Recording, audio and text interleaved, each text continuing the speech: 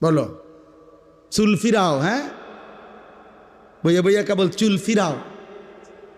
তোমারে বেঈমানে মাতাল বানায়া, প্রতিবন্ধী বানায় দিছে।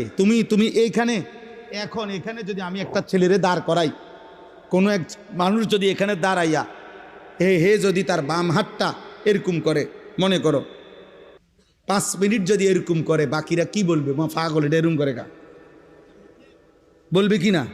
তো তুমি কে চুলের এরকম করো? তুমি যে একটু পরপর চুলের এমন করো, তো তুমি পাগল না ছাগল?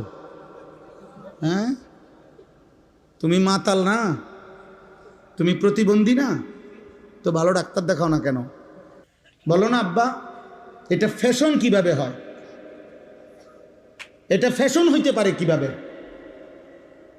একজন সুস্থ ছেলে বলো যেটা ফ্যাশন হইতে পারে?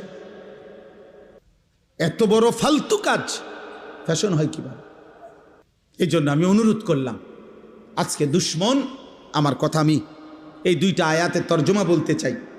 এটা হলো মূলত বাস্তবতা। এটা বাস্তবতা। এটা আজকে বেঈমান তোমাদের কাছে এই বড় মোবাইলগুলা তুলে দিয়া সমস্ত কিশোর বয়সী যুবক তোমাদেরকে নেশাগ্রস্ত বানায়, মাসহুর, জাদুগ্রস্ত করে দিছে। তোমাদেরকে বলে দিছে মোবাইল এটা হাতে রাখবা, তোমার টাকা দিয়ে এমবি ঢুকাইয়া চার্জ দিয়া রেডি রাখবা মোবাইল। আর এবার তোমাকে মোবাইলটা তোমার হাতে থাকবে, তোমার চুল কাটবা ডিজাইন আমরা মুশরিকরা দেব, তোমার প্যান্ট আমরা বেঈমান দেব, তোমার গেঞ্জির ডিজাইন আমরা বেঈমান দেব, তোমার রুচি, তোমার পছন্দ, তোমার হাসি, তোমার চলার স্টাইল, তোমার কথাবার্তার স্টাইল, সব কিছু আমরা মুশরিকরা দেব। তোমার মোবাইলে পৌঁছে যাবে, তুমি ওইটা দেখবা আর ওই আলোকে নিজেকে সাজবা, পরিচয় দিবা তুমি মুসলমান। আর চাল চলন আর আখলাকে হবা তুমি হয় ইহুদি, নয় খ্রিস্টান, নয় মুশরিক, নয় মুরতাদ, নয় বেঈমান। হায় হায়, কাপুরুষ মুসলমান এত কাপুরুষ হয় না রে বাপ।